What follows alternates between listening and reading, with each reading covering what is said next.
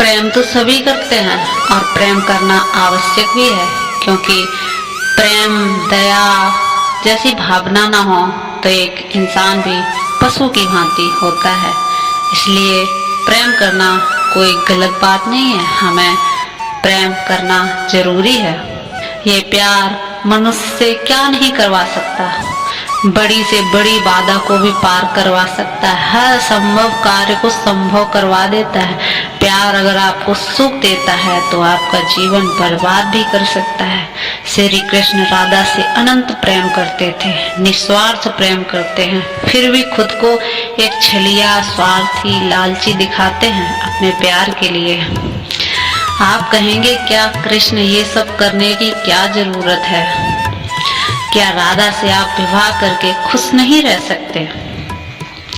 अवश्य रह सकते हैं। राधा से विवाह करके कृष्ण बहुत प्रसन्न रह सकते हैं, किंतु वो जानते हैं उनकी राधा प्रसन्न नहीं रह पाएगी, क्योंकि यदि यह विवाह हुआ तो उनके माता पिता, उनके परिवार को बरसाना त्यागना पड़ेगा, जिससे राधा के मन पर कभी न भरने वाला एक घाव लग जाएगा। दुख राधा को चुभता रहेगा, वह हमेशा स्मरण करती रहेगी कि उनके कारण उनके माता पिता को कितने कष्ट भोगने पड़े हैं।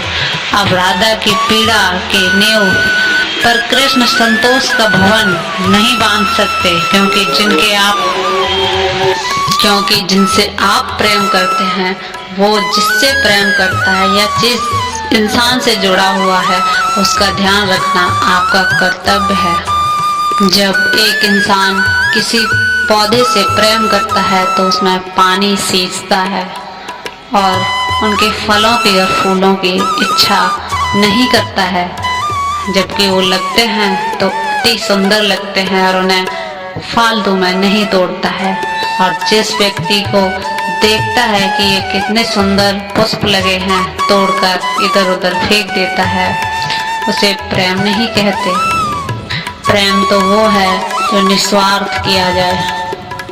प्यार किसी की सूरत देखकर नहीं होता, प्यार तो बस हो जाता है। प्यार जब होता है तो यह देखकर नहीं होता कि सामने वाला क्या कर रहा है और कैसा है। कभी ना कभी कुछ चीजें आपके हिसाब से ठीक लगती हैं, लेकिन वह दुनिया के हिसाब से गलत भी हो सकती हैं, क्योंकि आप भी उसी समाज के लोगों के बीच रहते हैं जो अगर आपको किसी इंसान से प्यार हो जाए लेकिन किसी के कह देने से प्रेम नहीं हो जाता, उसके लिए कर्तव्य करने पड़ते हैं। स्वदेश की रक्षा, परिवार और संबंधियों की सुरक्षा, संतान को संस्कार, जीवन साथी का आभार, यह कर्तव्य अगर तुम नहीं निभाओगे तो प्रेम से दूर होते जाओगे। अगर प्रेम का रस पाना है तो कर्तव्य की अंजनी तो बनानी ही पड़ेगी। जब भी प्रेम की बात आती है तो हम एक नायक और एक नायिका का चित्र अपनी आंखों में अंकित कर लेते हैं, पर प्रेम सिर्फ एक नायक नायिका से नहीं, आकर्षण का केंद्र नहीं है। वह तो किसी से भी हो सकता है, अपने परिवार से हो सकता है, माता पिता से हो सकता है, भाई बहन से हो सकता है, देश जन्मभूमि के लिए हो सकता है, मानवता के लिए हो सकता है, किसी कला से हो सकता है, इस प्रकृति से हो सकता है।